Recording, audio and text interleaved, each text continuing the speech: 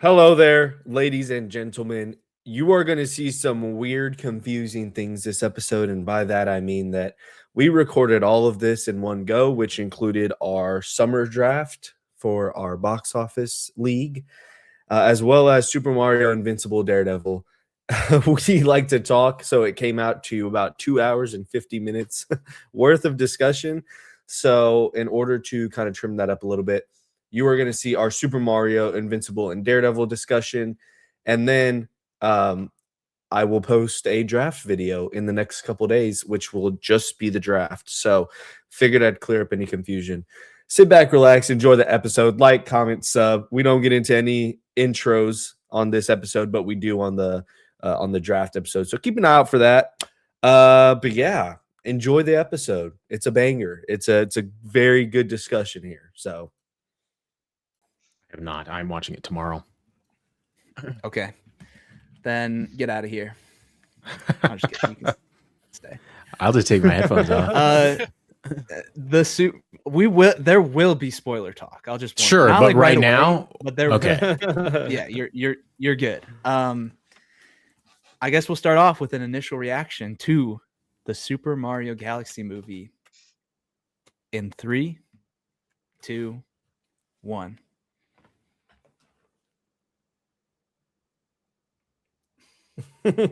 Really? I'm kind of the same way as Wow. Ben, truthfully, but I think I'm more just overall positive. But Probably Wow, for the same you guys are the reasons, most too. positive people I've seen, honestly. Well, So this movie sucks. Like, let's just be real. This movie sucks. Like, there's no story, the most shallow characters, all of the above. But like, from a fun movie where they like took the things that worked in the first one and just did more of it, this movie was a blast. Like, as a fan, I loved it, but I also hate it, and it sucks. Yeah, I told Brandon after we got out, I was like, "That's a 6 out of 10." I honestly like it more than the first movie. I'm like, if I'm like kind of mid on the first movie, I think this one's a 6 out of 10, and I like both of them, and I had a good time with it. You know, it's fun, it's fast, very fast, in my opinion. It just goes and goes and goes. But as somebody who doesn't really have a lot of attachment to Mario, I was like, yeah, this is good. I had a good time with it. You know. yeah, I mean, I'm like super biased. I've seen the first one 200 times with my daughter. I mean, I really like the first one. It's an 8 out of 10 in my mind. This one is a 7 out of 10 that I love, like a 10 out of 10, where like it is kind of bad. And I do totally understand every criticism. Like, there is no character development other than Peach to some extent, but it's like really glossed over quickly. And we just move too quick to set piece. But I just would be in such denial if I didn't like say I had a smile on my face. Like, anytime the music hit, I was like almost up and out of my seat. And like, it works. It works in ways that it shouldn't, but it is not like anything special. So the jumping around, like, obviously I agree that we just kind of jumped in and then went thing to thing to thing. Is that not almost reminiscent of a Mario game in a way? Like, I was thinking about it from that perspective, that like Mario games don't have a lot of story either. And I agree. Well, a lot of like the mainline Marios have no plot. And like I understand where Nintendo's coming from on like, I assume their hand is deep in this on just wanting it to be like, hey, you know, it's just the journey. You're there for the journey, the enjoyment. But you know, I understand wanting more. Like, the Lego movie is like everybody's prime example of like, there's no plot or story with Legos, but somehow makes it work. And I think Mario, even if it just dabbled a little bit into some of its spin-off games plot, it could have a story that is good. But at the same time, like, I totally get where they're wanting it to be the most. You're supposed to be Mario. And so like, I understand them not wanting to give him too much character, so that way you can still envision yourself as the character. But I mean, I agree with you, but I also, it's a film, so it gets like really hard on like, it's doing what it is trying to accomplish. Like, this is what they want, but maybe they shouldn't want this fully. Like, maybe somebody should step in and be like, hey, it needs to be this. But the first one made $1 billion, so like, it's almost everything that I want, though. Like, when I think about it and I go, you know, I want them to fully embrace the Mario Galaxy of a Mario Galaxy movie. And they did do that. And so part of me is just like, do I want to sacrifice some of the spectacle and the hype moments so that they can like try and make a better story? I don't know. Well, and we can talk about spoilers. There are 2 scenes in particular that I would cut just to give some other scenes breathing room. But I agree with you that like everything else I think is fine. If you want to keep the pace the rest of the way, that's fine. If you can just give the Peach moment some time to breathe, like that's all I ask for on like. But everything else I get, because like the first movie is paced very similarly, except it doesn't have all the Easter eggs this one does. Where like once we get into space, it feels like the gas is just pushed all the way down, and it's like Easter egg after Easter egg after Easter egg, and just we're moving so fast that we have no time to breathe, and then it's just over. Yeah. Yeah. And like they do it to the movie's detriment when it comes to like the story or the characters. So like this isn't a spoiler, but specifically like with Bowser, they absolutely like completely threw away any semblance of what they had going on with like a character arc just for the Easter eggs and hype towards the end of the movie. But but I know, no, 100%. Yeah, I get it. I guess you already said it, but like, yeah, his like flip floppy. I was like, okay, I'm here for what we're doing, and at the end, it was like, well, hold on, what did I miss? Like, where did this change? And I get that's Right. him and his son, and so like maybe that's the mentality of like the more he's with his son, the more he's like falling back into that. But like, I feel like this is their safest way to like plant seeds that he could be good still, and like do all that. But yeah, I agree. It was like such a weird thing where like when we got to the end, I was like, why is he evil again? Right. Yeah. And Like like just even undo everything. some of like the specific conversations that like when Bowser was talking about how like he wasn't a great dad or whatever, and then like when he interacts with his son and his son is like awful and terrible, and then he's just like, oh wow, I was such a good dad. It's like, wait, wait. Maybe I am a good dad. No, well, I don't want to spoil it, but there is that line where he like says that, and I like lost it. I thought that was the funniest thing. I thought that was the best joke in the movie. Yeah, I can take my headphones off. You guys want to talk about it? Go ahead. Whatever, bro. Take them off. Take them off. Get him out of here, bro. Get him out of here, bro. Yeah. Go ahead. Go ahead. Dude, you can't hear me. Calm down. I can hear you. I can hear you. I can kind of hear you. Why are but you I'm gonna turn you down listening? now. I can hold on. Whoa, whoa. When Fox killed, That's crazy. Now I can't hear y'all. Yeah, dude, go ahead. Good. Do your thing. Hey, good. Yeah, good. Pipe down. Pipe what? Yeah. See, that was a test. That was a test, boy. That was a test. Yeah. Now I can't hear you. You're right. You're absolutely right about the music. I think that was one of the big critiques and like the just easiest thing that they could change is just like use Mario music. Like we are here for Mario music. We are here for the Mario soundtrack. yeah, The only thing I really remember them using was like Yoshi's backstory, and I felt like that was like a perfect like, okay, we can veer a little bit from Mario music to have this needle drop moment showing like how Yoshi ended up here. I thought that was really funny and actually worked well. And the rest of it being just like pure Mario music, I thought it's was so good. When the great choice. Star Fox music starts to play, I Oh like my was gosh. losing it. But then when they're in space and it's the Star Fox theme with like the Smash Brothers melody, I like Yep. sat up for a second. I was like, Yep. surely somebody else isn't showing up. I was like, there's no way another space character is showing up when Fox is here. But like, Dude, oh, I'm almost like, I'm not too mad that they revealed that Fox was going to be in the movie, but like that would have hit way harder if I didn't know, because my theater popped off for multiple other moments in the movie, and that would have been a big one too. I think our theater would have cheered because our theater clapped at the end of the movie, like loudly Yeah. clapped and cheered. I think if Fox was not revealed, and I understand why, he's I mean, he's a main character. I mean, he's in the movie Yeah. for like second act on, so I get it. Yeah. But if they could have held off one more week, I think that would have been such a huge pop that they would have. I Avengers level cheering for a movie that doesn't Yeah, deserve it. But like it 100%. would have been. But like Mr. Game & Watch, I was hoping more people would cheer because I was freaking out. Like when he shows up, I was like, Yep. like what is happening? Dude, my theater went nuts. I'm so I went- jealous. I went to a 9:30 showing, so there was maybe only like 15 to 20 people. I mean, it was IMAX, so like 15 to 20 in a normal theater room would be pretty full, but for our IMAX that seats like 300, that's not very full.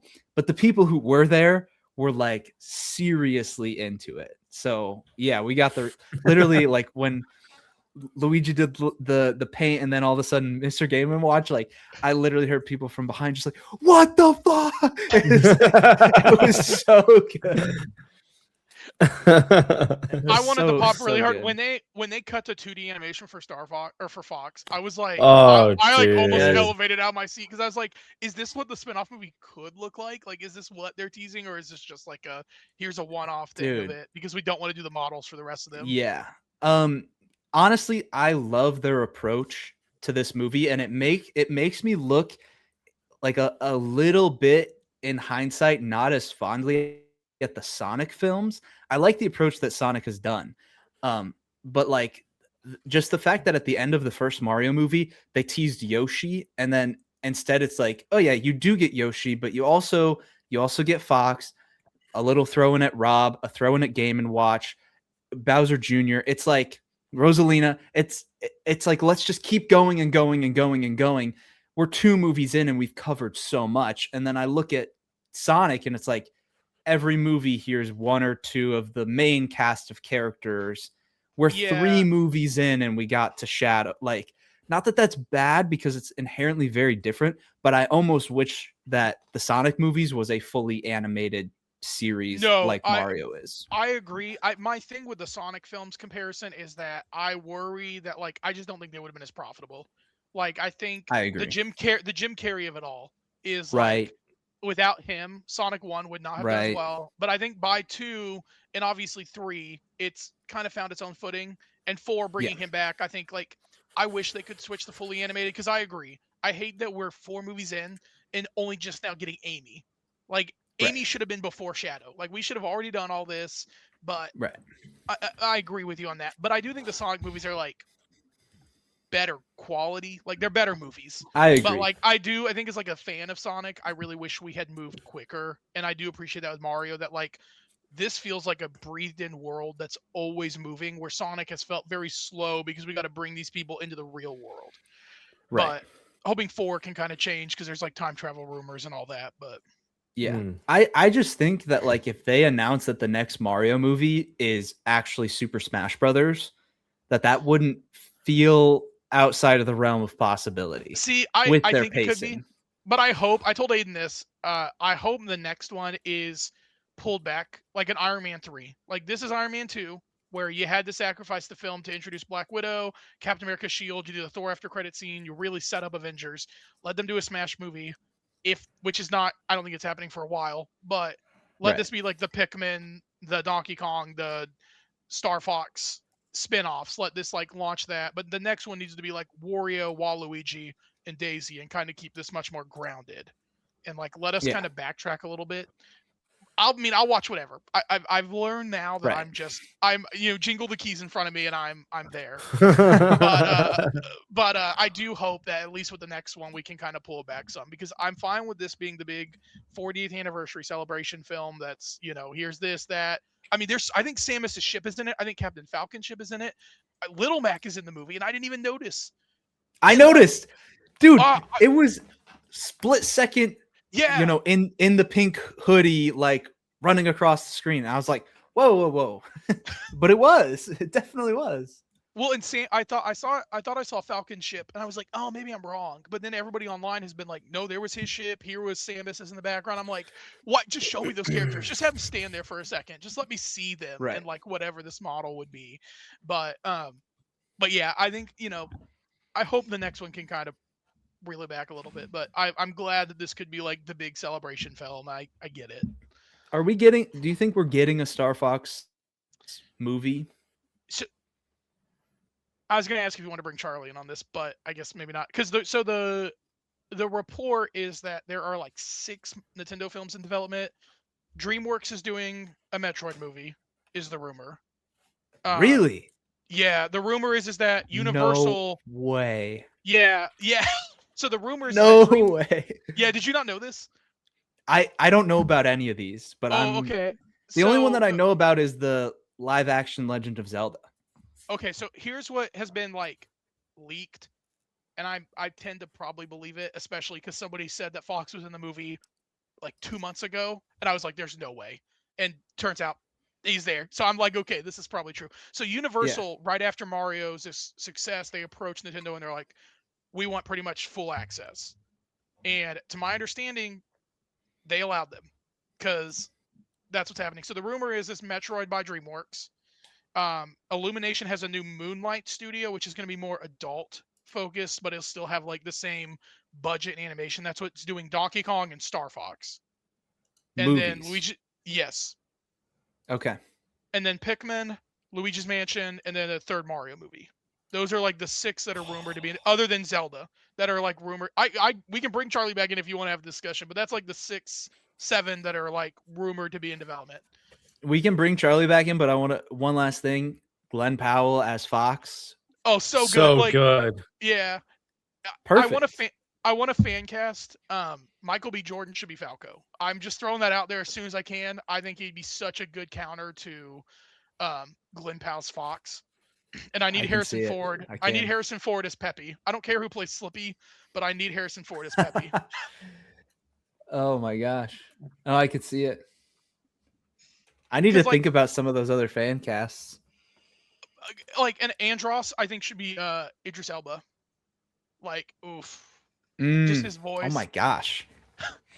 Wow, you're cooking. I haven't thought about any of these. As soon as it was announced, I was like, as soon as that poster dropped, I was like, there's no way they're not doing a Star Fox movie. Like, right. And Miyamoto has like, before he dies, pretty much wants to bring them back, Star Fox back. And so I think this will be like, especially if the leak is that we're getting a Star Fox game this year. If that's true, then I think you get a Star Fox movie announcement here in like the next couple weeks. CinemaCon is like what, next week or the week after? It wouldn't shock me if they like start to hint at a lot of this. Dude, that would be crazy.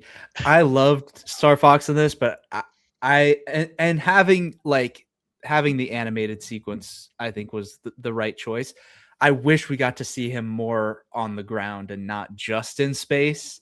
Like during the flying sequence, if he had like hopped onto some of the airships and started fighting the Koopas and doing some Smash Bros moves and pulling out his blaster and stuff. Like they mentioned the space boots, and I'm like, oh my gosh, wait, they're gonna do something, and then they didn't. But I'm fine with them saving that. I mean, I agree. I agree. I was hoping he would like pull his blaster, do like the 3 shot, and then like jump back, do all the wave dash, all that. But like, if we're gonna save something, I'd rather save it for his film.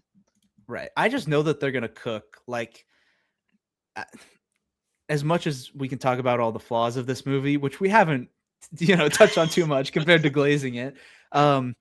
Some of the just like sequences in this movie, like a lot of long takes, and like they know what the fans want to see, and that part of it I think is handled so well. Charlie, Also, hey, beautifully animated. One of the like most gorgeous. Yeah, like, so pretty, dude. Yeah, and then Mewtwo. I love seeing some Pokemon representation. Dude, when Laura Croft showed up, oh my gosh, dude, Charlie, you should have seen it. You're muted, buddy. Hey, you're muted, buddy. Oh, have you ever played a Tomb Raider? No.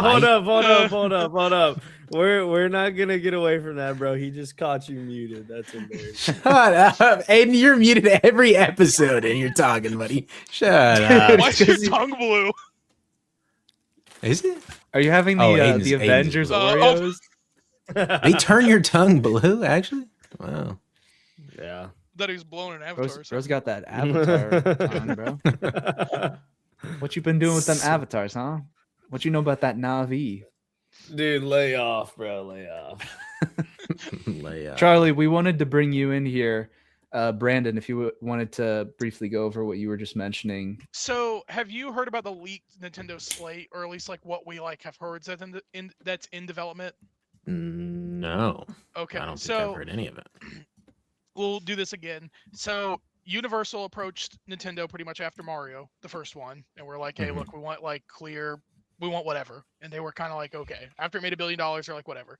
So the rumor is that DreamWorks is doing Metroid. Um, Shit, okay. Illumination opened an adult studio, or I used adult, like older kids studio called Moonlight. That's rumored to be doing Donkey Kong and Star Fox. And then we know that there's a Pikmin movie in development, Luigi's Mansion, and a third Mario movie, and then obviously Zelda, which Zelda's its own thing right now. But Yeah. those are like the big ones. We were talking about them like building out the universe and like where they'll go next, but like those are all like the heavy.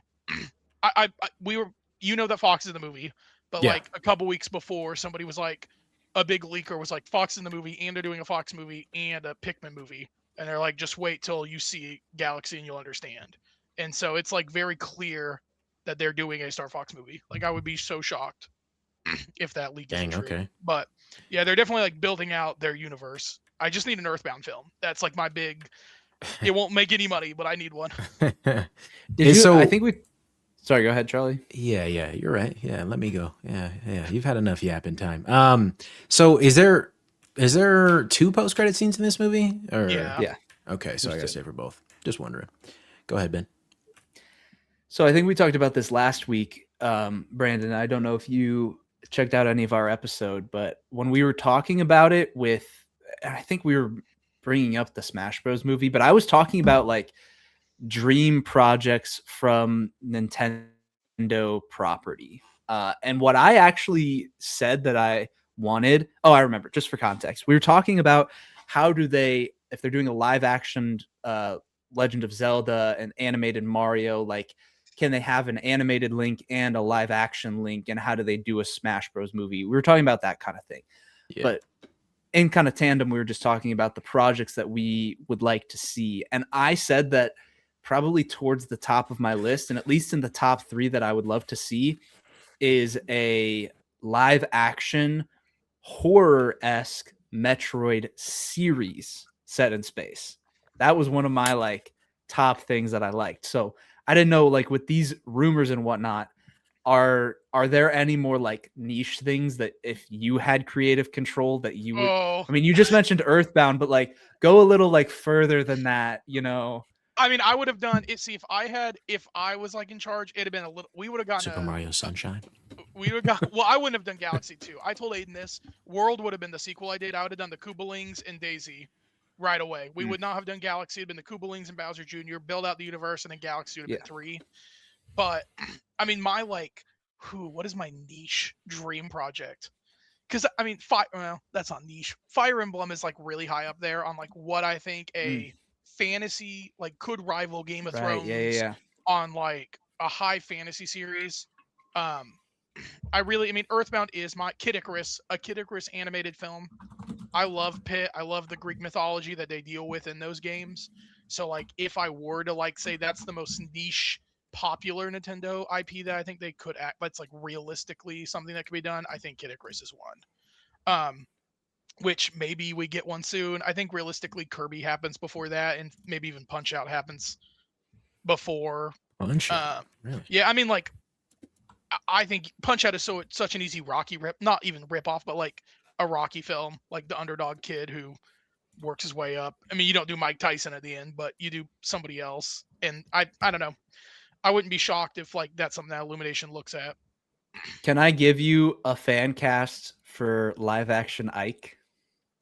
Yeah. Steven Yeun. Huh.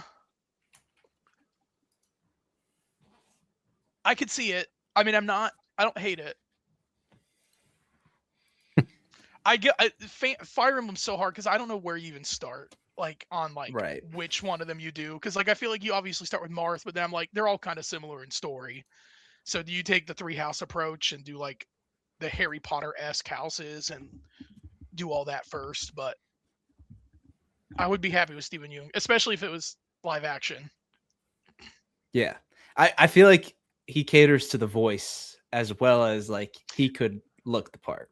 Yeah, he just had to put on some muscle because Ike is like the buffest one of like all of them, Right. right? I feel like because he like swings the sword like almost like a mace or like an axe.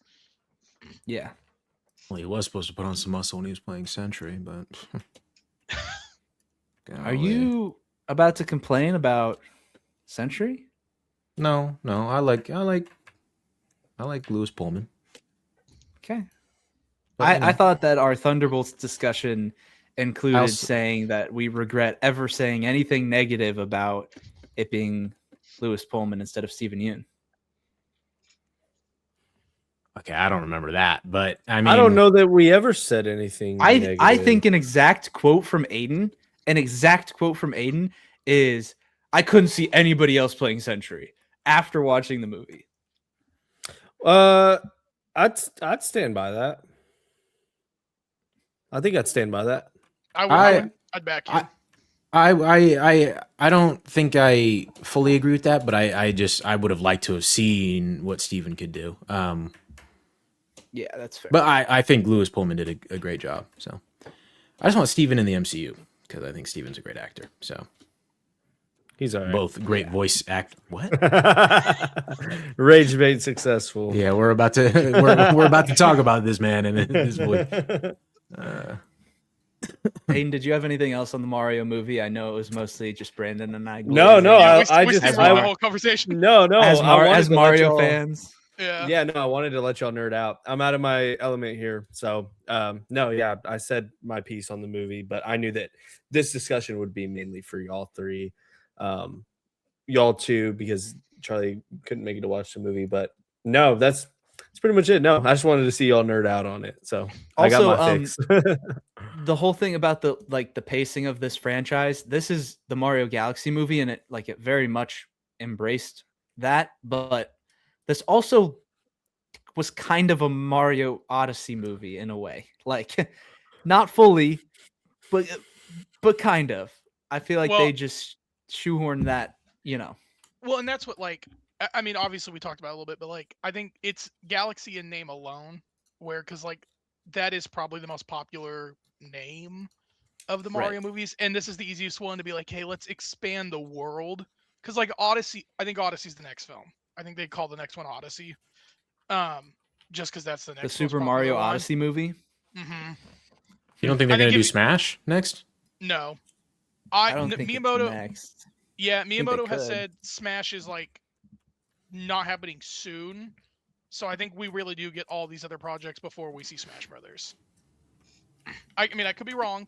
This could make more money than I think it's gonna make, and then they're like, okay, never mind, we're gonna fast track Smash Brothers. But I think they'll actually kind of phase it out where it is here's all these characters, care about them, and then they all reunite against Master Hand or whatever, if they use one of the other villains from Brawl or Ultimate. Yeah, I don't know.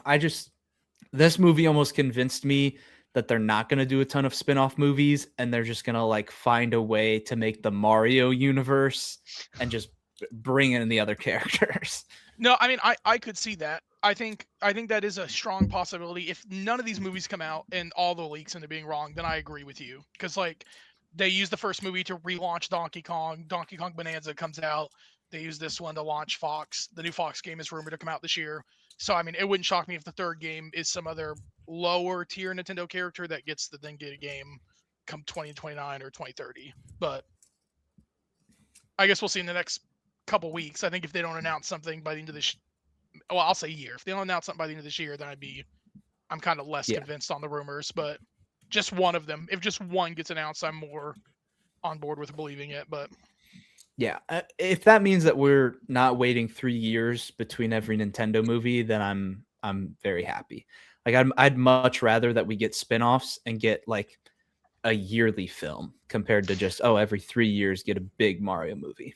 So the one thing I will say that is not a spoiler. Nintendo was it a financial briefing or something showed they had 5 films in development, which the 3 were the first Mario movie, the Galaxy, Zelda, and then there were 2 more, which everybody thinks means they'll start doing yearly releases. Like now that they've seen the success of Mario, you're going to start seeing more of these pump out kind of yearly. I'm there for it. As long as Zelda's good. If Zelda's bad, I'm killing myself on this podcast or something. On the pod, dude. Dang. Yeah. That's crazy. Yeah. No, I'm here for it. As a lifelong Nintendo fan, I'm very, very much here for it. So Trying to. I was excited to watch it. Switch. Yeah, you gotta get it. Gotta do You're it. trying to get Aiden to get a Switch? Yeah. Is that what you said? Aiden Yeah. will not touch that thing, bro. And Charlie, Yeah. Charlie, Rating it? you gotta play. Just let him Odyssey, borrow brother. yours. No, I play, you can borrow my wife's, but once she's done with Pokopia or whatever. Charlie, you got to play Odyssey, and you got to play the Galaxy games. Yeah, I actually want to buy both because I have Odyssey on my Steam Deck and not so. I allegedly have Odyssey on my Steam Deck, but it's not the same. I think I've told you it's just not because like the controls are just it's not the same as playing with Joy-Cons. So I want to get that for the Switch too, and I want to get the Galaxy 1 and 2 bundle set or whatever. Yeah. Yeah.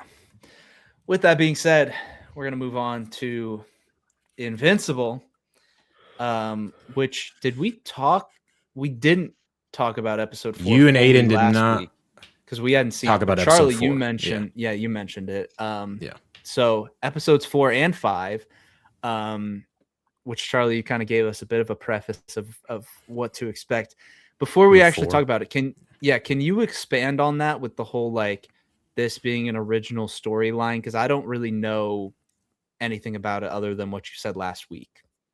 Yeah, it was a storyline that was not in the comics. This entire thing was written exclusively for the show.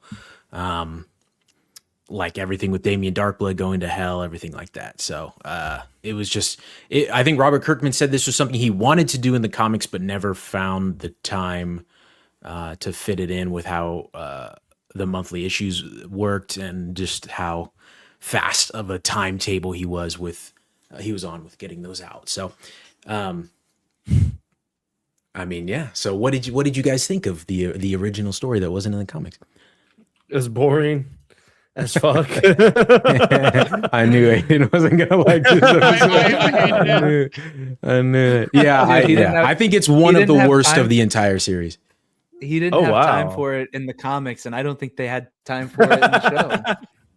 Well, Charlie, that's weird. Yesterday or last week, you were like, I think they're being a little too harsh on it. So I was like, did I say that? I said that? Yeah, you were like, I think they're being. He was like, which you were like, I just finished it or I'm halfway through, and I think they're being a little bit too harsh on it. And I was like, interesting. I haven't seen literally anybody say that. I probably meant that.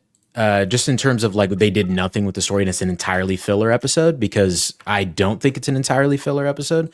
There are moments with Mark's character that they touch on, but that's the thing. It's just moments. It's not. But like, what really did they do with his character that kind of progressed his arc this season? What would you say they did with his character in that entire sequence with Damien Darkblood?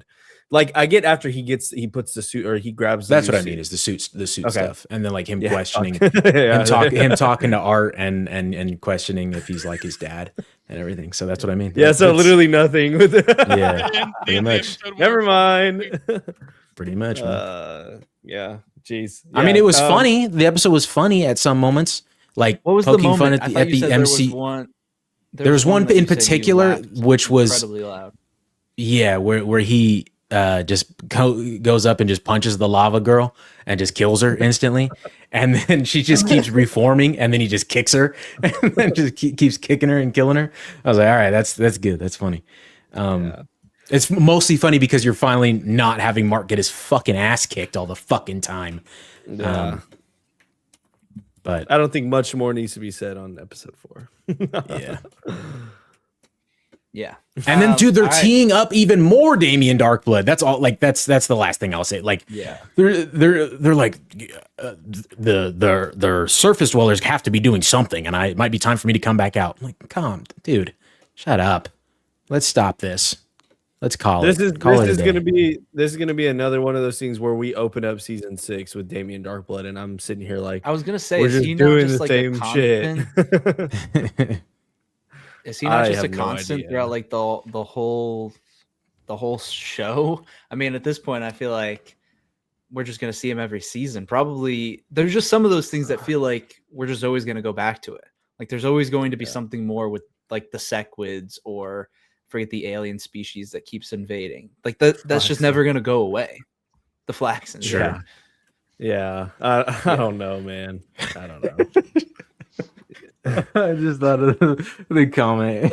I sent comment. Charlie this comment on TikTok. It was like when the Flaxens invade, 30 minutes of screen time. Flaxens are back to invade 30 minutes of screen time. Like I think it's a JJK character, just like yeah, just rubbing his face. It's so funny. it was really funny. Even though I'm a defender of the Flaxens showing up, it was funny. Yeah. Anyways, Yeah. episode 5. Episode 5, we'll do reactions in 3, 2, 1.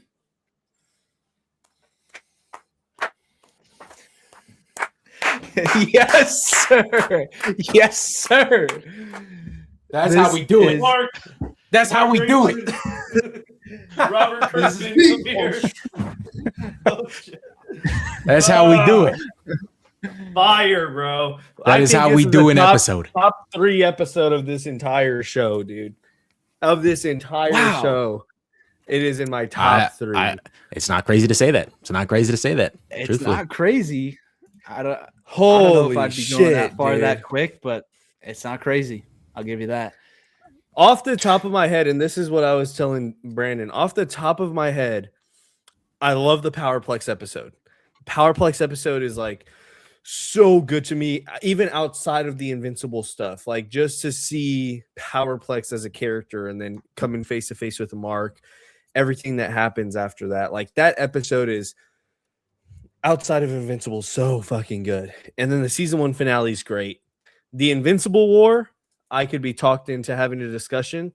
Other than that, nothing else really comes to mind at all in terms of. See, I think the season the 3 peaks. finale should come to mind, but I do. But I like the Powerplex and Invincible War episode more than the season 3 finale.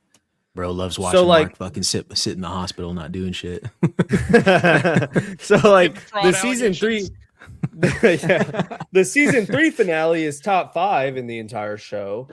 I would just put this episode above it, and it's a discussion of which goes at 3, this episode or the Invincible War. But I think regardless, I mean that's kind of my top 5 right there. I think this one goes at 3. I mean it's so good, man. It is so good. Dude, I'm a sucker for the pilot of season 1. I just gotta say it. Yeah, Really? well, here's the thing. Like I rewatched it, and I'm like, floored me. it's so boring, which I get is the point, but it is so boring. And then obviously like the end happens, and that's like I think the point of the episode is to be like, hey, look at this really cookie cutter like a pilot, like whatever. But so it's like like I have to take that into account because like I sat through the Powerplex and the Invincible War episode or the season 3 finale just like floored like every single second. In this episode, like from the jump, like Mark and Nolan talking. And then from there on out, like there is not a single stretch of runtime where it's not something so important, so amazing happening. Even just like when they're on the ship and they're just doing like a montage, we still get glimpses of Oliver like being pissed off at Nolan and not really giving him the time of day. Every single thing just keeps building on itself, man. And so it does not let up at all. And obviously it has a perfect mix of emotion and action, but yeah, for me, like I mean, talk about Debbie, bro. Talk about Debbie. You know, I want to say that I love that scene without going too much into it right off the bat. I will say this season in particular, and I have not said this in the past discussions about the show, the animation is it's standing out to me in little moments like that. Welcome.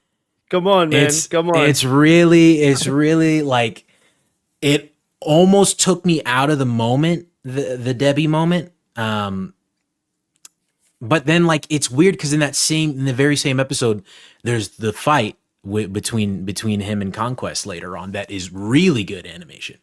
I don't know if they're outsourcing that to somebody to some different people. They did? Okay, then like let's keep doing that. Yeah, like let's see what they can do for probably. casual scenes. Like I don't know, bruh. I don't want to like just like I guess maybe I'm getting the negatives of the episode out of the way. But like beyond that, it's just the entire season so far. I've just noticed like little animation things that just kind of like I don't know if they bug me necessarily. Like episode 4 in particular, I get it, and it's played for laughs. They try to make a funny way of doing it with Mark throwing Damien up into the hole, and then said he has to fall back down, and we just don't get to see Mark fight that monster at all for budgetary reasons, I imagine. Which that's fair and fine, but I just know why you're doing it, and it's just very apparent to me why you're doing it. And then, especially when you combine it with the Debbie scene, like I feel like that's a scene that you want to go all out for because like there's an emotional core to this show as well, and I think that should come to as just a higher level of importance as the fights do, but. I get it. There's not enough. I don't know what else happens in this season necessarily that maybe the budget needed to be allotted for those things later on. So with that being said, phenomenal episode. I mean, it had the heart, it had the emotion as Aiden mentioned, even like the little moments on the ship and stuff were great. Character tension and character building, and even like the little flashback with Nolan and everything. And I, what I love in particular is like Nolan isn't he isn't on this forgiveness tour like he thinks he's on.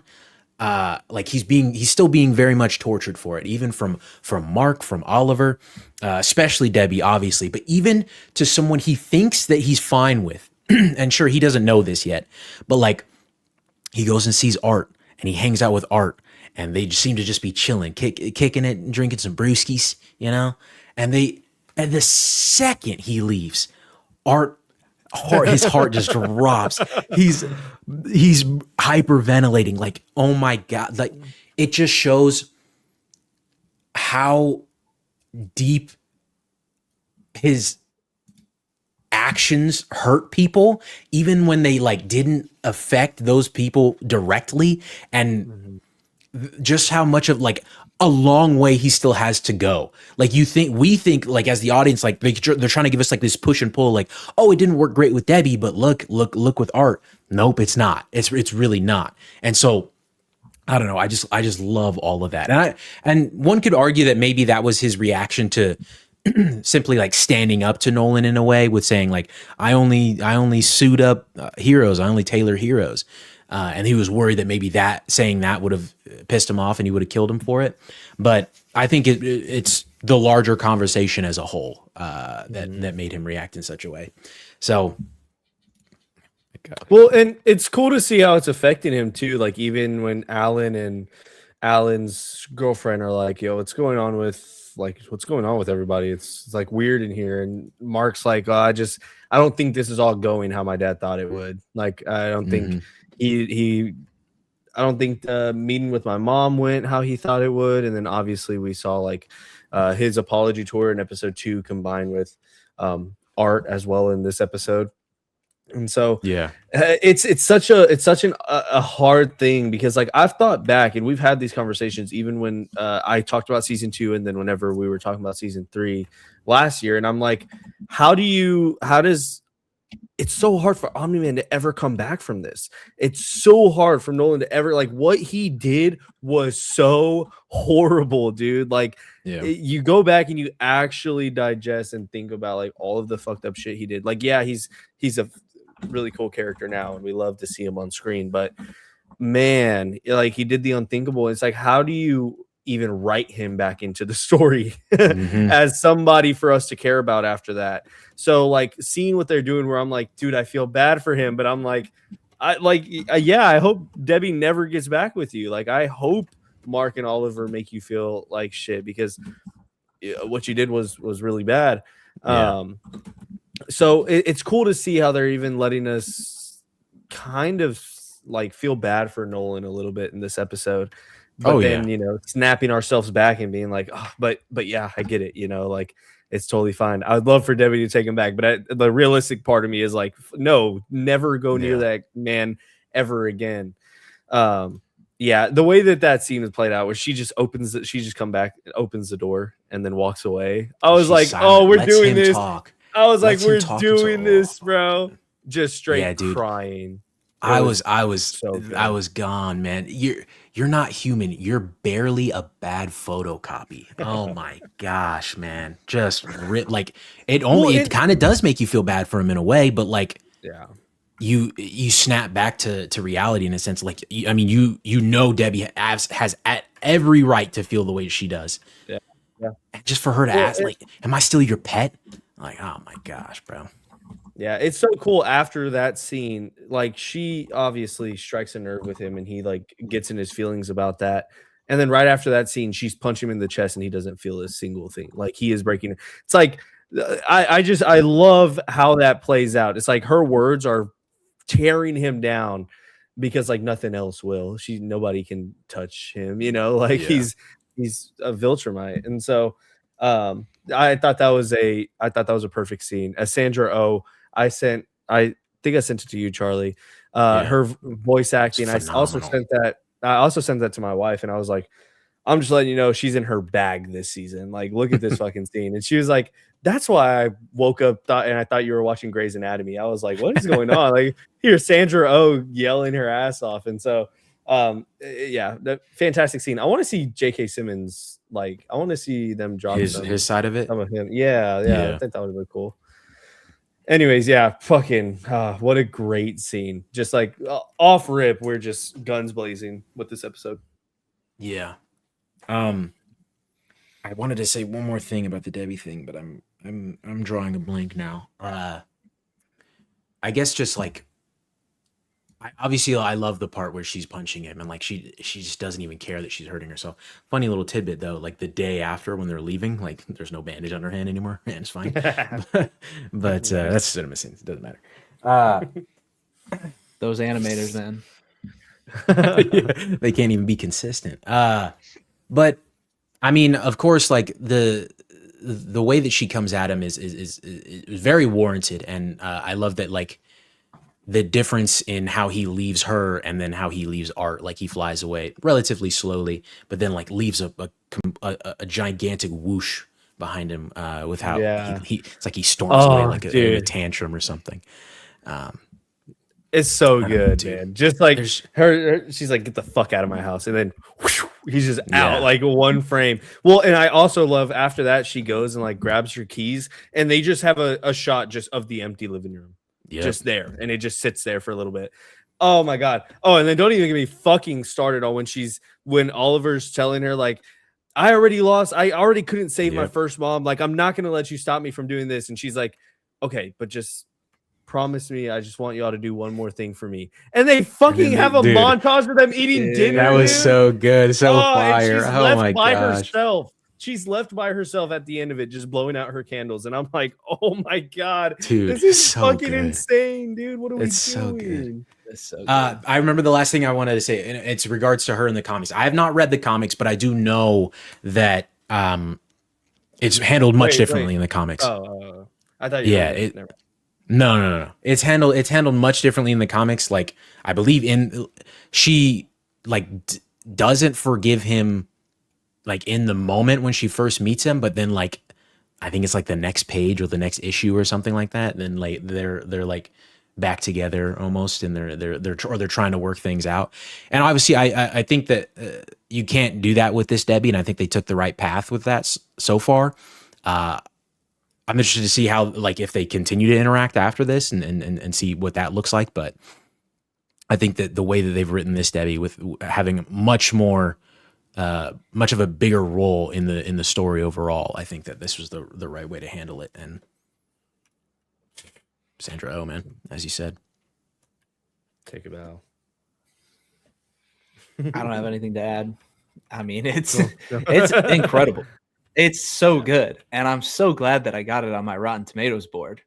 So glad. Yeah, it's unfortunate that it hasn't really. Wait, did the audience score go back up? Yeah, it went up by to 2. one, I yeah. thought. I thought it when it I last looked, it was up to 1. It was up to 86.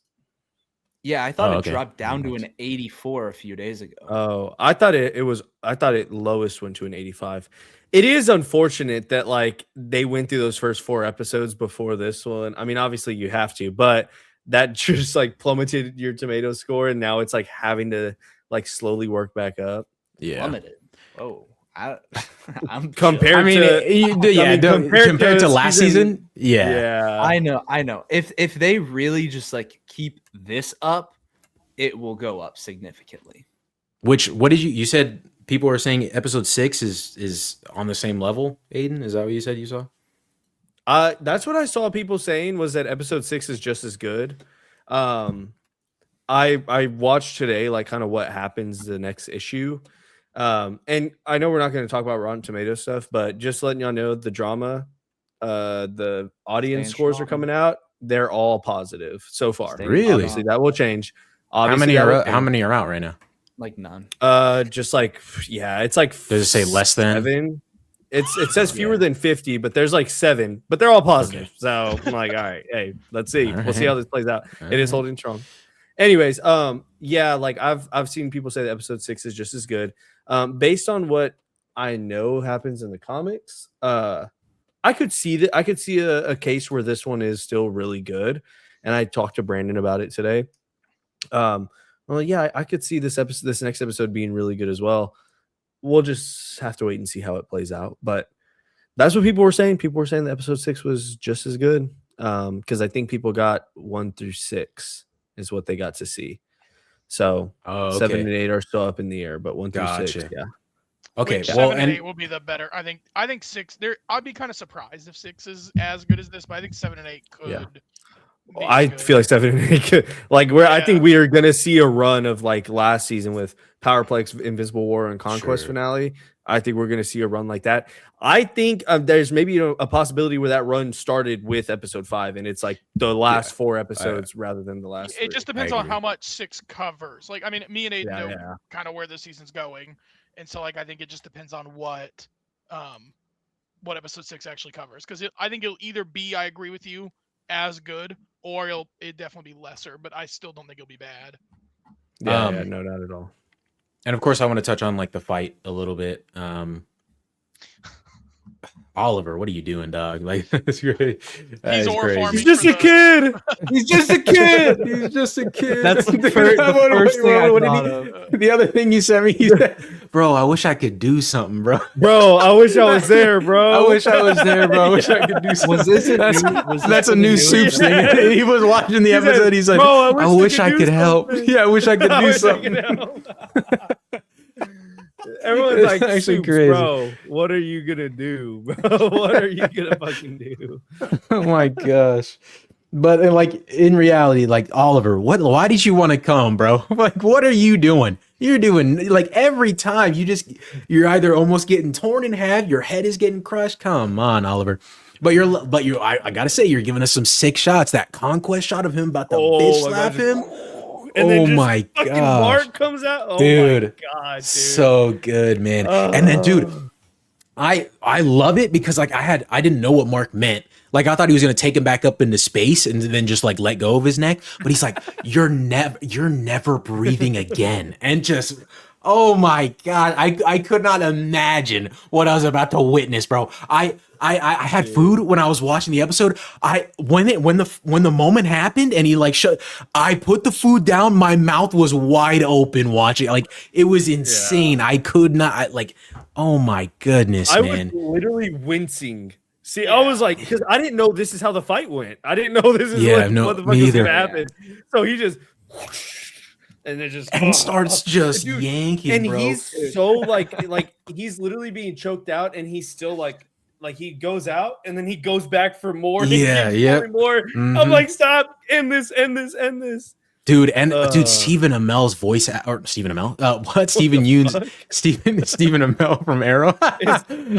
Stephen Yoon's voice acting, bro, so damn. Even in that moment, just like the cries of pain are so damn good, bro. Yeah, Soups no. really Whenever he said, like, I wish I could do something, bro. This is hard to watch. I wish I could do something. Fuck, that might be worse than he's just a kid, bro. And he obviously that's did it the on purpose. first- I'm That's the fine, first dude. thing I like thought it. of.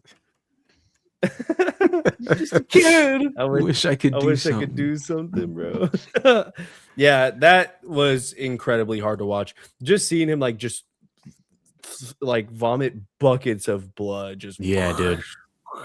Oh my gosh! God, and then the was- shot of just them both lying there afterwards Oh, when that's Omni-Man and oh yeah. Well, Oliver that's what pull happens. Like Invincible's on top of him, and then he just falls because he's like, I can't have you ripping any more of my intestines out. And he just falls on top of him, and then Conquest just picks him back up and starts pulling more out. I'm like, dude, fuck this, man. Fuck all of this. It was dude, and before even all that happened, like I loved the shot of like when Conquest is like shoving his face down, he bites his thumb off, and then he just stares him in the eyes, chokes him harder, and spits his thumb out of his mouth. Oh my gosh. Mark, you got aura, brother. You got could tell aura. Conquest was in love. He knew he found his soulmate right there. Dude. Oh, that's like one of the coolest lines ever too. He's like, "You're gonna confess. You're gonna confess your feelings." No, again? He's like, yeah, "I that was told so you that good. in confidence." Oh my god. Oh, dude, so fucking good. I told you that in confidence. God, Conquest is one of a fucking kind, dude. See, this made it all like I'm okay with like, dude, but I was gonna say, I'm trying to be better about finishing one thought before I start another. So Yeah, try again. what I was going to say is that it actually makes me a little bit happy that Cecil kept Conquest alive, because I was very critical of that decision. But imagine when Mark finds out that he probably already suspects that it was Cecil, because like how else? Or I mean maybe he doesn't. I don't know. But when he finds out that it was Cecil, oh gosh, man. Oh gosh. Everyone's posting those memes. It's like someone looking deviously into the camera. It's like, "Yo, Sisu, you'll never imagine who I ran into today. You'll never guess who I ran into." That's when it's it's like the side eye and then the disappearing kid. Yo, Cecil, you're never gonna guess who I just fucking ran into in space. Dude, Invincible memes are the best, dude. Yeah, that show, man. What a fucking gnarly fight. Yeah, this corrected literally. You could not have had a bigger from down here to up here ever, dude. Like, what the hell just happened? But it corrected a lot of what I had been feeling earlier this season. Just like, all right, come on, like let's get to the good stuff. Like, let's get back to Nolan. I want to see these reunions, like this fight or whatever we're setting up next. Like, let's just get there. But I'm glad we're seemingly finally here. So from now on, we're gonna get apparently the best Daredevil stretch of episodes ever. Yeah, and some of the best Invincible episodes ever, and then the beginning of The Boys season 5. Beginning of The Boys. This next week is gonna be crazy, bro. Yeah, dude. Still want to say though, I'm mad that they're not continuing the tradition of 3 episode drops with The Boys. So what are they doing again? Is it 2? They're doing 2 episodes instead of 3. 2. Yeah. For some reason. Interesting. Play like Daredevil, bro. Just like if you know that you got something good, do 2. Or if you know that you got some like, some filler in there, do 2. If you are fine letting it breathe on its own, do 1. Like play it. Well, fast I and mean, loose. we'll get into this in a second, but they should have done the first 2 for Daredevil and then 3 by itself. That would have been. I don't hate that at all. What were you saying, Brandon? With Invincible, I was just thinking, is because Invincible's still airing, because Boys starts next week, right? Yeah.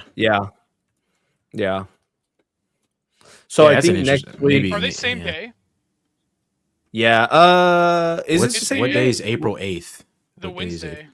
So Wednesday. So Yeah. yeah, same day. Same day.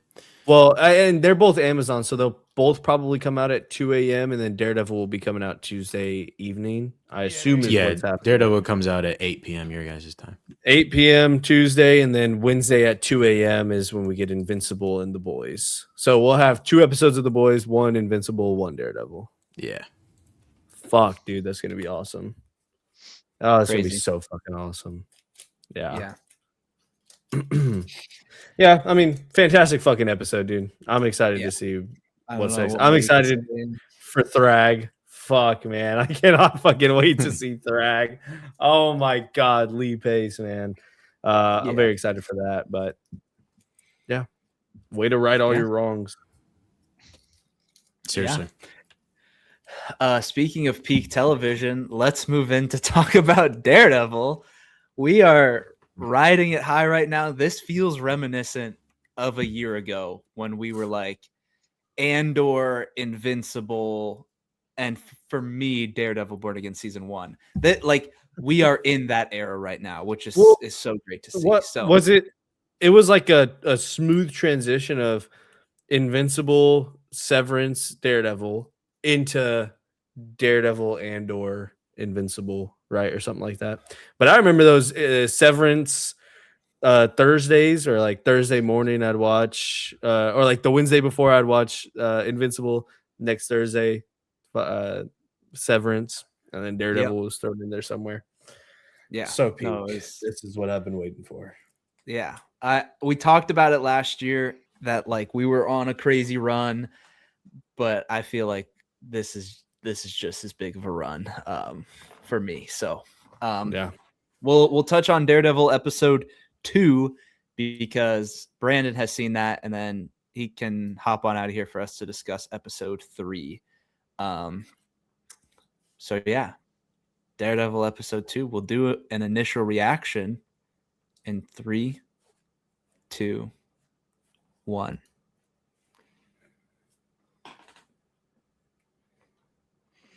Double Nice. thumbs, huh? I'll go double. thumbs.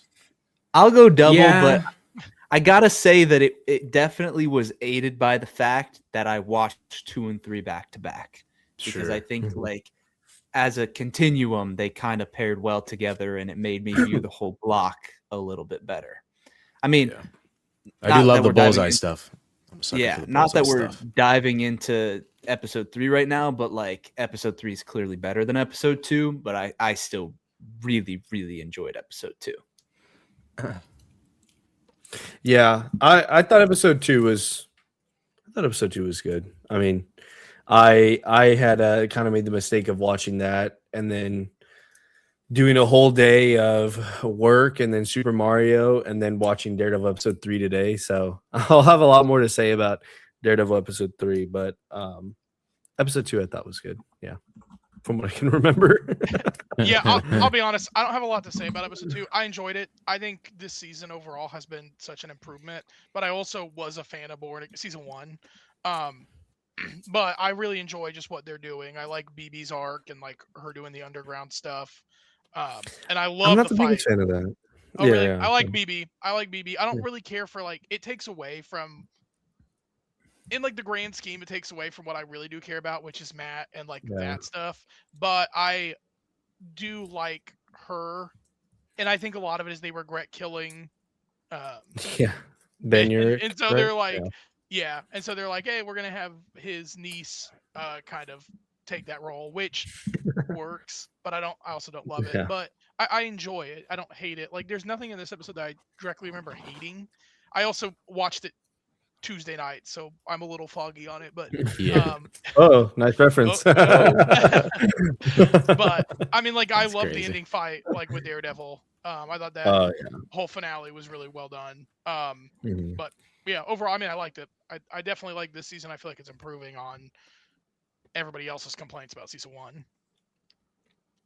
But Yeah. I'm glad to hear that episode 3 is better. So we're like, Yeah, I you think talk about ending fights. I'm like, oh, just wait. I think my least favorite stuff going on right now, arc if you want to call it that, is the Heather stuff. The Oh yeah, her like muse. Yeah, the Muse I stuff agree. she's got going. It just feels like You think that's she's gonna it's turn into tacked Muse? on.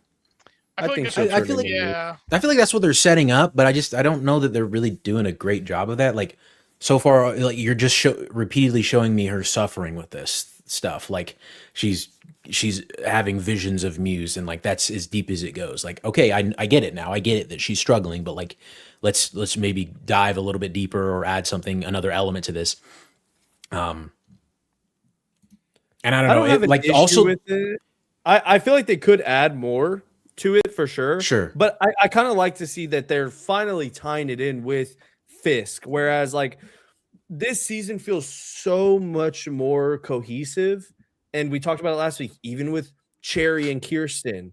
Sure. That feels so much better this time around. Yeah. I do like tying BB into it. Yes. I'm not the biggest fan of the whole like, oh, she's like making all these propaganda videos. I'm just like, I don't know. It just doesn't.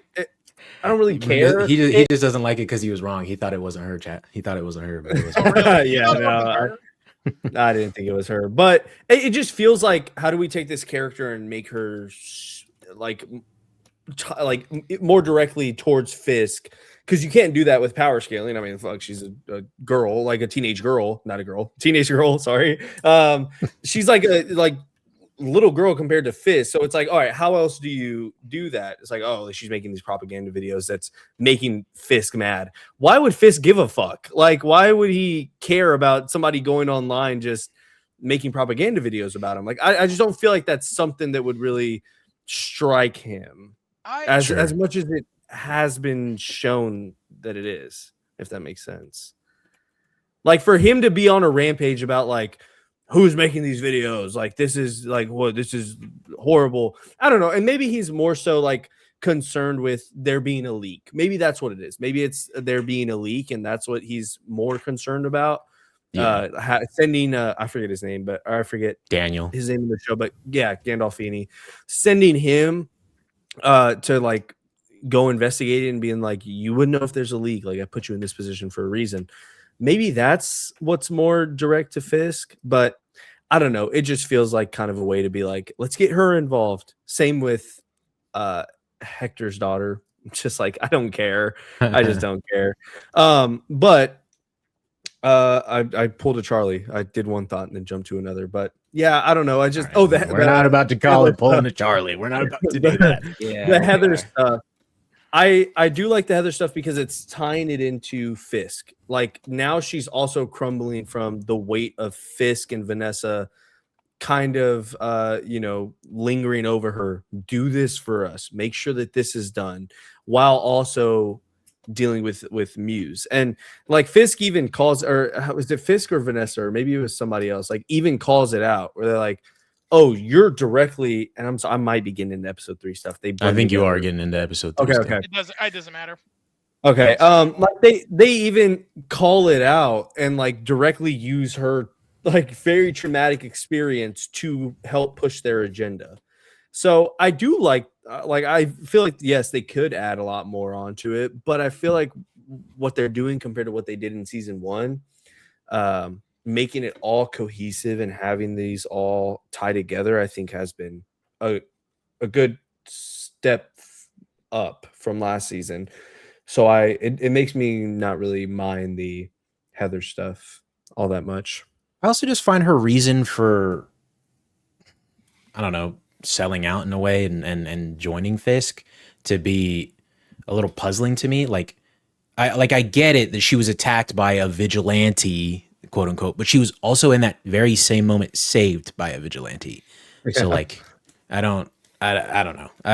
Maybe I'm misremembering some stuff from season 1, but it's just the one storyline that's lacking for me a little bit. But she was always against vigilantes, right, in season 1. So I think for her, it's I guess justification. Yeah. It's like it doesn't matter if there's one good one; the rest are still bad in her mind. It's, I mean, this series feels like it's a little real at times. Sure. So I was trying to. I don't want to like. No, I get what you're saying. But that's what I kind of feel like they're doing with her character. Whether or not I agree with that, I think it really makes sense for her. But I feel like that's kind of where they're going. Yeah. Yeah, I agree. Yeah. I concur. All right, Mr. Brandon, thank you for joining us. Yeah, thank you for having me on. It's a pleasure, We're man. glad that you were here for more of the Glad you didn't discussions get outside to of just run the away box with it office again, draft. pal. Well, I mean, yeah. Congrats on the winter season. We'll see you in a few months here, and who Yeah. knows? Who knows We'll see where you. we're gonna be at? It'll be like I'll be on for Spider-Man, I guess, right? Because we'll draft August 1st, and Spider-Man will be that same weekend, right? Yeah. Yeah. I mean, yeah, we could draft even a little early and pair it with Spider-Man, or just do it back-to-back weeks. Well, but Spider-Man's July 31st, right? Yeah. Yeah. The last day of earliest we July. can So draft- yeah. Yeah, Yeah. and the earliest we can Perfect. draft is August 1st. So, Awesome. There you go. Yeah. So like that Monday. Yeah. Yeah, that'd be perfect. Yeah, Cool. that's I like crazy. it. all right, well, thank you Crazy. for having me on, guys. This is a lot of fun. So, Yeah, of dude. course. Yeah. Of course, brother. Yeah. Yeah. hope you enjoy Mario, Charlie, and everything. We'll see. We'll see. I got the Mario and then what? The Mario? I have Mario and then the drama on Saturday. So Double feature or tomorrow? and no, the no, next day? 2 separate days. Tomorrow and the next day. Okay. Yeah. Okay. All right. I can't watch 2 bad movies in one day, bro. Whoa. Hey, I saw Now You See Me 2 and Warcraft in the same day, so you got this. You got this. That's the Thank most you. cursed double feature I think I've ever heard. Yeah. It was wild. It was a wild day. But Yeah, I'm that's still waiting crazy. for Now You See Me 2 to come out on streaming somewhere so I can watch it. Because it's you not know I on was excited. Peacock. Is it? Ooh, don't get me Maybe I'm wrong. excited. Maybe Don't don't get me quote me on that. excited. Don't quote me on that. But Yeah. all right, I'll see you guys in August. See you Later. Yes, See you, thank you for man. coming, Brandon. Thank you, brother. It's on All Stars. right. It's on Stars. Stars. Are you talking Oh, about Now wow. You See Me 2 or are you talking about the newest one? Now You See Me. No, you don't. That's the third one. The third one. Oh, yeah, my bad. That's what I thought he was talking about. I Okay. forgot there was a Okay. second one, honestly. Well, yeah, because he said with Warcraft, and that's Yeah, and Warcraft came That out. movie's- Yeah, you're right. You're yeah. right. Let's get into Daredevil season 2, episode 3. Initial reaction in 3, 2, 1.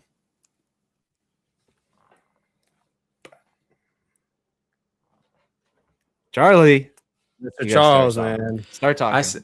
It was a good episode. I wasn't in love with it. Obviously the ending fight is it's phenomenal. Some phenomenal choreography, some phenomenal one shot. I'm gonna put quotes around it because I think there were some hidden cuts in there. But it was fight. sure. It was very well done though. I very much enjoyed it. But and I did love the storylines that were going on here. I love like the little moment of Kirsten walking in and then she's like, I didn't see anything. I can work with that. And then the way that they like intercut like her walking through the facility and then him making it into Red Hook in those same places. But then you combine that with like the trial of Jacques Duquesne, Tony Dalton's character, and that was pretty good stuff as well. But like, I mean, overall, I just I don't know. They're teeing up a lot of great stuff, but I feel like it's still just a lot of like teeing up, and not like. And there was some funny stuff. Like it was good comedy as well. Like I do love like, you're lying to us. You're a liar. Quit lying. Yeah, he's telling the truth. I thought that was good. That was good. But I don't know.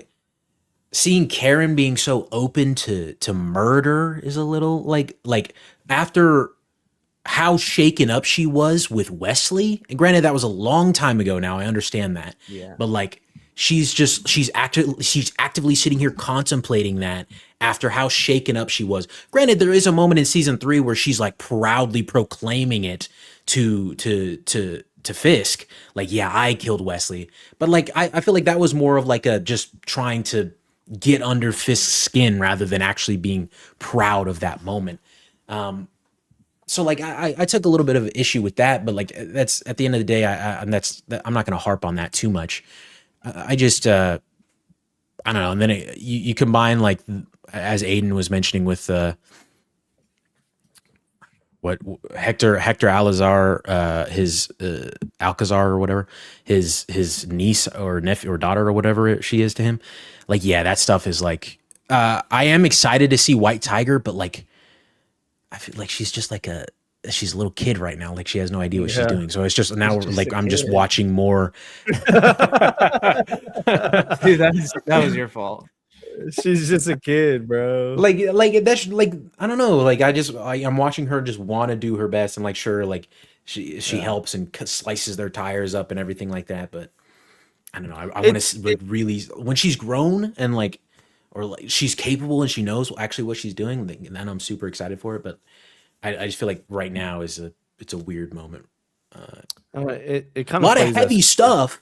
A lot of heavy stuff. I will say that, like having her mom or her Tia ripped away from her, like in the shop, like that. Like a lot of heavy stuff, a lot of heavy themes that they're tackling, and I do appreciate that. Like, they're not shying away from that stuff. But I don't know. It was good. It plays this corny to me sometimes with her character. I'm just like, we're doing this again. We're going back down this road. Like we could have done that with anybody else. Her and her mom, or her and her. Tia in the store, and then her Tia's getting ripped away from her. Why does it have to be the same person that we just did a tragic storyline with in the first episode? Like just to build up another superhero character. It's like, do we really need to do that? Like, is this all needed? Does she need to step into the role of White Tiger because my uncle was him and he died, and like I'm gonna take over in his footsteps? Like it just plays as like corny, tropey, cookie cutter superhero stuff, and it's like I don't know. I like seeing her like talk to Karen and like, come on, like, I'm gonna help y'all. Let's get everyone into the truck. I'm like, all right, sit your little ass down, bro. You're worse than Oliver at this point, bro. I take Oliver over you. Fuck. So I don't know. It's just like it kind of plays as like, okay, we're doing this again. Like, come on, man. So I don't know. I wasn't the biggest fan. I've never been the biggest fan of like her character just because it feels very forced putting her in this White Tiger role. Oh, she's next up, bro. Trust, she's next up. She's next up. Yeah, so I don't know. It just whatever. I saw this tweet earlier and I forgot to mention it during the Invincible stuff, so forgive me for getting us off topic, but someone posted the frame of Conquest behind him, and someone quote tweeted it and was like, this motherfucker Oliver packed homework in his PS5 thinking shit was sweet. Hashtag stay out of the big leagues. Thinking shit was sweet. Oh my god. Stay out of the big leagues. Packed his homework, bro. Dude, that shit, his homework in his PS5. Holy shit. I mean, it's honestly laughable. Debbie's like sending him off to war, but don't forget your homework, though. Like, dude. Come on. Dude. And like, Invincible season has never been more upon us with these fucking memes and shit on Twitter and TikTok videos. It's insane. But yeah, I don't know. Her stuff plays kind of corny and tropey to me. So I agree with what you're saying. I obviously didn't think it was a huge detriment to the episode.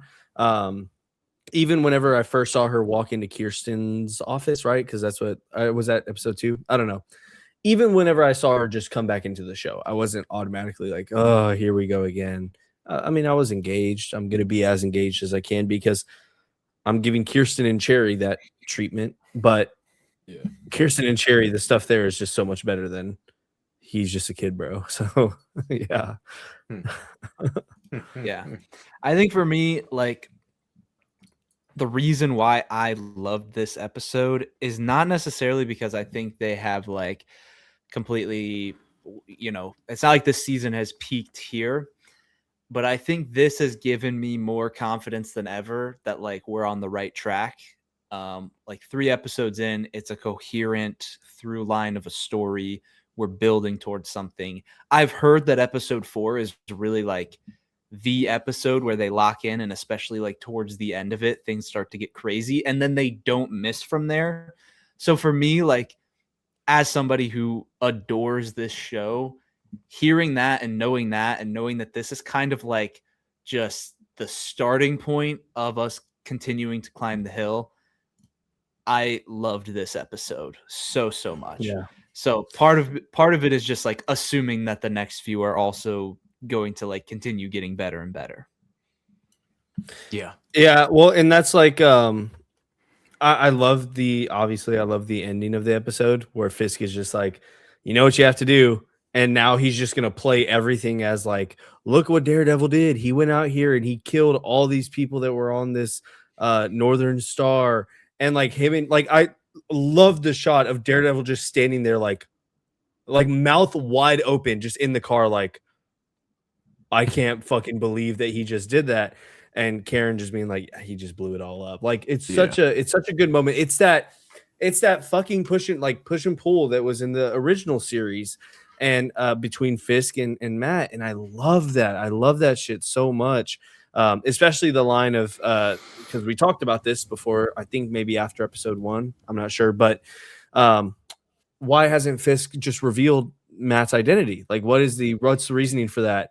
And he says it in episode 2, I think. He's like, it's much easier to sell Daredevil than it is to sell a blind lawyer. I'm like, oh, shit, a blind dude. lawyer who saved his life too. Yeah. It's so good, man. So then you turn around and you see stuff like that, where you know Fisk is just like, all right, blow it all up. We're gonna blame it on them. Like I'm gonna keep pushing my agenda no matter what until he forces me to fucking not. Like, which is why I kind of like Karen just being like, fuck, man. Like, what do we like? Foggy's dead. All of that shit is out the window for her. Like this, like it's a whole new change where she's standing there like, what if we kill Fisk? And that's a good point, actually. That's a good counter to what I said earlier. So thank you for that. Yeah, because Matt stands there and he's like, that's not going to bring Foggy back. Because fucking Frank told him that. And he's like, or not, Frank didn't tell him that, but he was like saying that to Frank, I think, or something along those lines. But still, he says it to her. He's like, well, that's not going to bring Foggy back. Like, I would like to believe that there's still a slimmer of the justice system that works. And I'm like, holy fuck, y'all get it, man. Y'all are fucking cooking with this. Y'all understand like what we wanted from last season. Not saying that was completely absent, but like, man, it just like those moments hit where he just stands there and he's like, I'd like to believe that there's still some good there. I'd like to believe that something still works that way. So no, we can't kill him. We have to put him up. Like, I don't know. I just think it's really good shit what they're doing with those two, and how Fisk plays into all of it as well. Because man, the Fisk shit has been hitting this season. And I will say, Ben, I don't know. You might have already heard us talk about this, but or maybe it was Charlie. I'm not sure. Apparently, episodes 4 to 8 is just like one of the best runs of all of Daredevil, like even the original series. And I know that's what you were saying a little bit earlier, but yeah, the fact that like people are like, hey, 4, it just like, it does not stop. 4 to 8 is like a fucking insane run. Because all of the stuff was at the first little bit is slow. So seeing as if this is slow, that's what I'm saying. That's like it's imagine like people talking about episodes 1 through 3 in comparison to the other 5 goddamn episodes of this show, and they're saying that this is like this, you got to get through this, but holy shit, trust me, all of this is fantastic. I will eat this shit up all day, bro. Like this is amazing. But yeah, I'm pulling Charlie's again all over the place.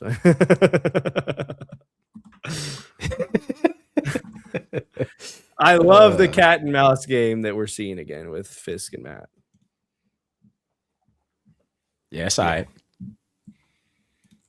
Yeah, don't be mad that it's I got 187 points up on there, bro.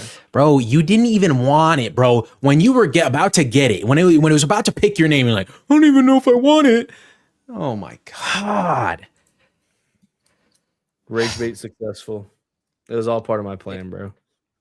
Dude, it pisses me off that I kind of treated that as a joke. Not gonna lie. You did. Yeah, bro, you did not take that seriously at all. Like, I did and I didn't, because like I thought it was gonna be good, but also I was amidst everything. So when I just like joined up, I was like, oh, I'll just throw in a vote, and then later I'm like, why didn't I just go for it? Actually, like, try for that. Yeah.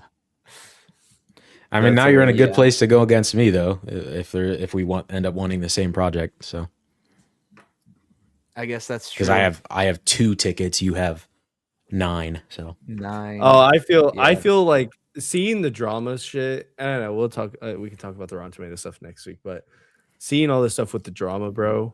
Oh baby, bro. Like I might be. I don't know. Depending on how the audience scored, that's still going to be the biggest thing is audience score. But if the has audience the critic score gone down anymore? It's A 82, little which bit. honestly I was expecting it to be in the 50s. I'm not gonna lie. I was expecting this to be really critiqued, but it's looking like it'll just kind of be like my Mickey 17 pick from last year, which I will take 80s for the drama standing up against Clayface and Spider Noir any day of the week. I will take that. Anyways, yeah, I'm excited for these next episodes, dude. I feel like we're just like I feel like it still hasn't settled into me just how insane these next couple weeks are going to be with the rest of Invincible, the rest of Daredevil, and then the final season of The Boys. Like, it's going to be a fucking treat. It's going to be magical. I'm going to run out of titles because it's just And then going we to get keep being Punisher at the end of Daredevil as well. Gotta remember that. Dude, I still that part to me is still.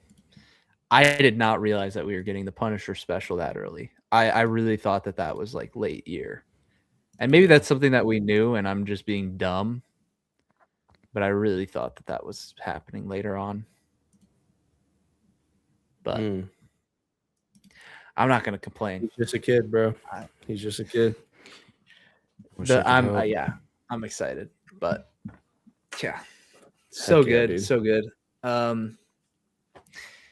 Man, I think it's crazy the run that we're in right now. I know that we've already kind of touched on this, but like, I didn't think that last year could be topped. But when you have a better season of Daredevil, a season of Invincible that to me is already better at this point than last season was, and you're about to start The Boys. We started the year with Wonder Man, Project Hail Mary, Mario Galaxy. As a fan, I was there for it. Yeah, it's just crazy. It's insane. I don't know. It's only going to get crazier. The next couple of weeks, bringing The Boys into this discussion.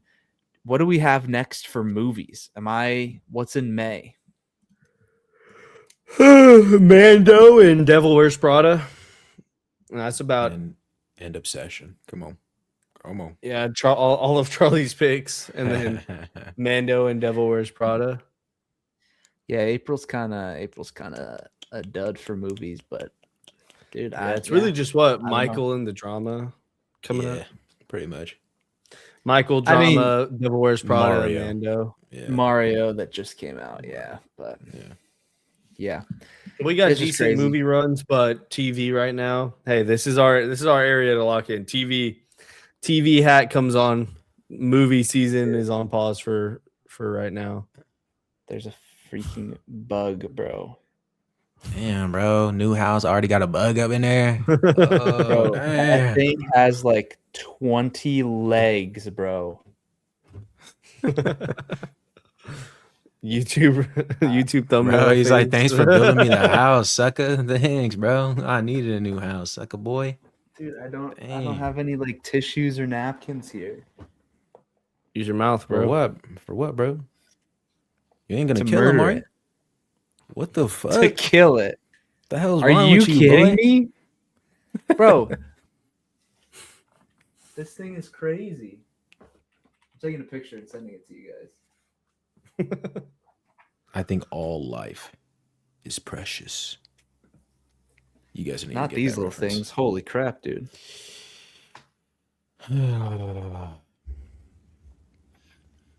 Look at what I'm sending you. And then tell me that I should let this thing live. Okay, it's going to take 3 years because of my stupid internet. His T-Mobile net. Dude, shut up. I'm getting it fixed. Thing's nasty. Yeah, zoom in on and Backrooms is in May. Dude, did my wall remind you of Backrooms? Picture of my wall. Yo, this Just is an like album the- cover, bro. This is an Yeah, album just cover, like Benjamin. the zoomed up picture of the bug. I was like, oh yeah, the Yeah. back room. Like this, bro. This reminds me of the back rooms, bro. Dude, that is disgusting. Oh my gosh. Okay. Yeah, I gotta end this episode so I can kill this thing. Thank you guys so much for tuning in to another episode of the Words from the Nerds podcast. We will be back next week for even Daredevil, bro. What are you doing? Daredevil. You like the double D's, huh? What the? Yeah. What did Aiden just? What the? I'll pretend like I didn't see it for your sake, buddy. That was crazy. Thank you all so much for tuning in. We will be back next week with even more Invincible, even more Daredevil, and also discussion on The Boys as we continue throughout this generational run. Make sure to like, comment, subscribe if you were new here, and we will see you all next time. Sayonara. Adios.